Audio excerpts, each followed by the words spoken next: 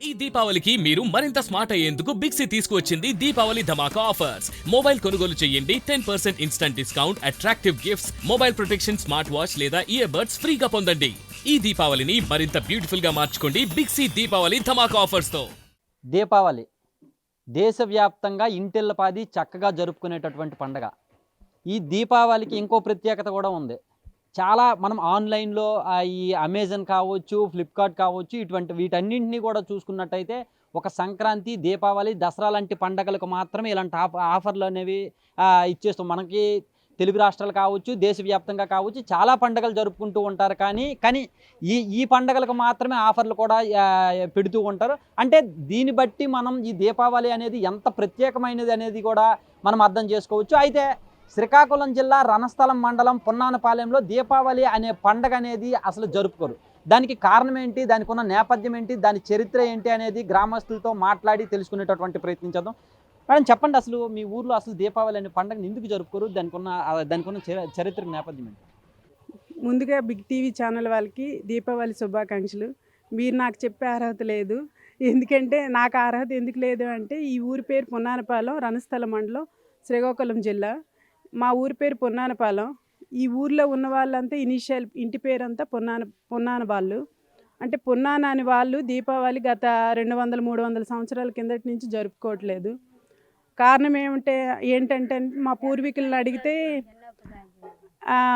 ఇక్కడ పొట్లో పాలు, అంటే నాగుల చవితి రోజు పొట్లో పాలు వేయడానికి వెళ్ళేటప్పుడు పసిబిడ్డ, కొన్ని పశువులు చనిపోయాయంట పాము కరిసి.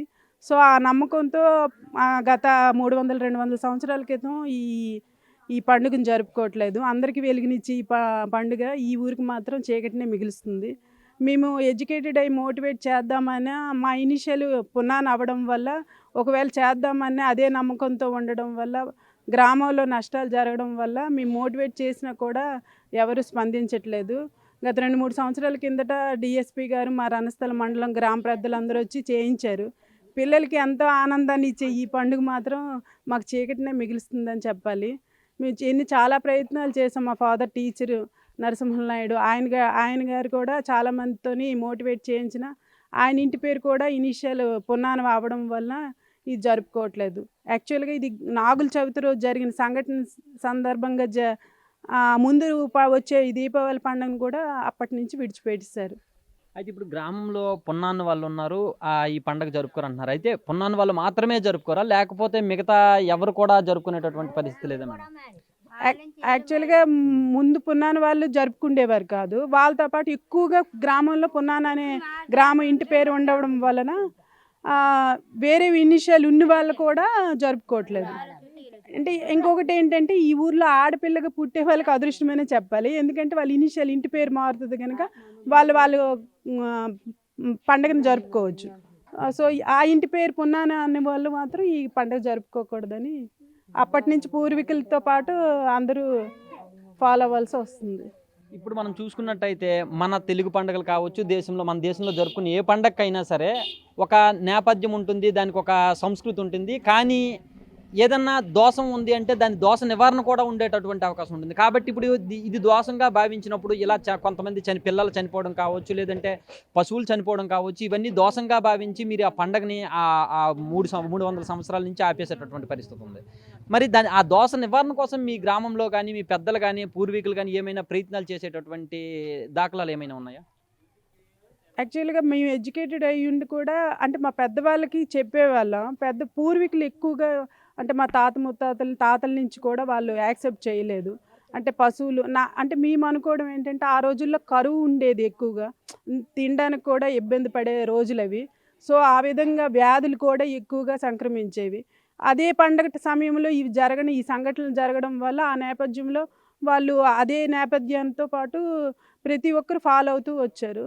సో మా పెద్దవాళ్ళు మేము ఎదిరించి, అంటే క్రాకర్స్ కాల్చుకోవాలని ఫీల్ ఉన్న పండగ రోజు మాత్రం అది జరుపుకోకూడదని నిబంధనతో అందరూ యాక్సెప్ట్ చేయాల్సి వచ్చింది.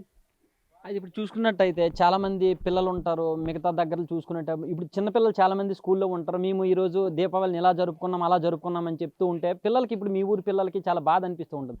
అటువంటిప్పుడు కనీసం మామూలుగా అయినా సరే దేవుడికి పూజలు చేసే రకంగా కాకపోయినా మామూలుగా అయినా సరే క్రాకర్స్ కాల్చుకునేటటువంటి పరిస్థితి ఏమైనా ఉంటుందా? అసలు క్రాకర్స్ అనేవి యూజ్ చేయరా మీ ఊర్లో? ఈ దీపావళి రోజు మాత్రం అది కాల్చకూడదని నిబంధన అయితే బాగా గట్టిగా నమ్ముతారు. మిగతా రోజుల్లో ఏదైనా పండగ అంటే వాళ్ళ కార్యక్రమాలు ఏవైనా ఇంట్లో ఫంక్షన్లు అయితే అలా జరుపుకునే సందర్భం ఉంటుంది కానీ పండగ రోజు మాత్రం ఆ రోజు కనీసం పిండి వంటలు కూడా చేసుకోరు. ఆ నిబంధన మాత్రం ఎక్కువగా నమ్ముతారు. మీరు పర్సనల్‌గా ఎలా ఫీల్ అవుతున్నారు? దీన్ని ఏమైనా సరే ఇది మార్పు వస్తే బాగుంటుంది అనిపిస్తుందా? లేకపోతే మీరు కూడా ఈ పండగ అందరూ జరుపుకుంటారు. అందరూ బాగా ఫీల్ అవుతూ ఉంటారు. మీరేమైనా బాధపడుతూ ఉంటారు. మీకేమనిపిస్తుంది? చాలా నేను యాక్చువల్లీ ప్రయత్నించాను. నేను ఎందుకంటే లక్కీ అని చెప్పాలి. ఎందుకంటే ఆడపిల్లని కనుక. నా ఇనిషియల్ మారితే నేను ఈ పండగ పిల్లలతో చాలామందితో ప్రయత్నం అయితే చేస్తున్నాను. సో, మోటివేట్ అనేది వాళ్ళ నుంచి తరం నుంచి మారాలి గానీ, అంటే వాళ్ళు ఏం జరుగుతదనే ఆ భయం నుంచి ముందు బయటికి రావాలి. ఆధునిక ప్రపంచంలో కూడా ఇలాంటి ఆచారాలు ఉండడం మా ఊరికి ఇది విషాదంగానే భావిస్తున్నాను. నేను ఎడ్యుకేటెడ్‌గా ఉన్నా ఈ విషయంలో కొన్ని అంటే ఏవైనా వ్యాధులొస్తే వాళ్ళు అదే ఫీల్డ్‌లో ఉంటే వాళ్ళకేదైనా నష్టం జరిగితే దాన్ని ఎలా మనం రెక్టిఫై చేయాలనే ఆలోచనతో మేము ఆగిపోవాల్సొస్తుంది. పెద్దమ్మ మీరు చెప్పండి. అసలు మీరు ఈ దీపావళి మీరు అసలు మీకు అసలు మీరు ఈ ఊరు కోడలా? లేకపోతే ఈ ఊరు అమ్మాయా? మీరు ఏంటి? ఈ ఊరు కోడలమే కానీ హ్మ్. మా తాతల కానికి మా ఎత్తలకి ఇంకా ఆ ఎత్తలకు కూడా లేవు. హ్మ్. ఆ, హ్మ్. మరి ఎందుకు లేవని మేము అడగలేదు. హ్మ్. ఏనాడు జరిగిందో ఏడు చేసిందో మాకు తెలియదు. ఇప్పుడు మూడు మూడు వందల సంవత్సరాలు బట్టి లేవు. హ్మ్. అది చూస్తున్నారు కదా! ఓవరాల్‌గా ఇప్పుడు చూసుకున్నట్టయితే ఈ పున్నానపాలెంలో దీపావళి పండగ అనేది చేసుకోవాలని కొంతమందికి అంటే ఈ జనరేషన్ పిల్లలకి కూడా చేసుకోవాలనేటటువంటి ఆలోచన ఉన్నప్పటికీ కూడా గత చరిత్ర నేపథ్యం కావచ్చు, పెద్దలు చెబుతున్నటువంటి విషయాలు కావచ్చు, వాళ్ళు ధైర్యం చేయలేకపోతున్నారని చెప్పేసి కూడా గ్రామస్తులు చెప్తున్నారు. అయితే ఈ పరిస్థితి ఖచ్చితంగా మారాలి. ఎప్పుడో కొంతమంది ఎవరో పిల్లలు చనిపోవడం కావచ్చు, లేదంటే పశువులు చనిపోవడం కావచ్చు. ఇదంతా నార్మల్‌గా జరిగుంటుంది. దీనికి మూఢనమ్మకాలు అనే వాటిని జోడించి ఇది జరుపుకోకపోతే ఒక సరదా, ఒక మంచి పండగని మిస్ అవుతున్నాం అనేటటువంటి ఆలోచనలో కూడా ఇక్కడ యువత కావచ్చు, ఇక్కడ పిల్లలు కావచ్చు ఉన్నారని కూడా ఇక్కడ గ్రామస్తులు చెప్తున్నటువంటి పరిస్థితి. కెమెరామెన్ నాగరాజుతో షణ్ముఖ్, బిగ్ టీవీ, శ్రీకాకుళం నుంచి.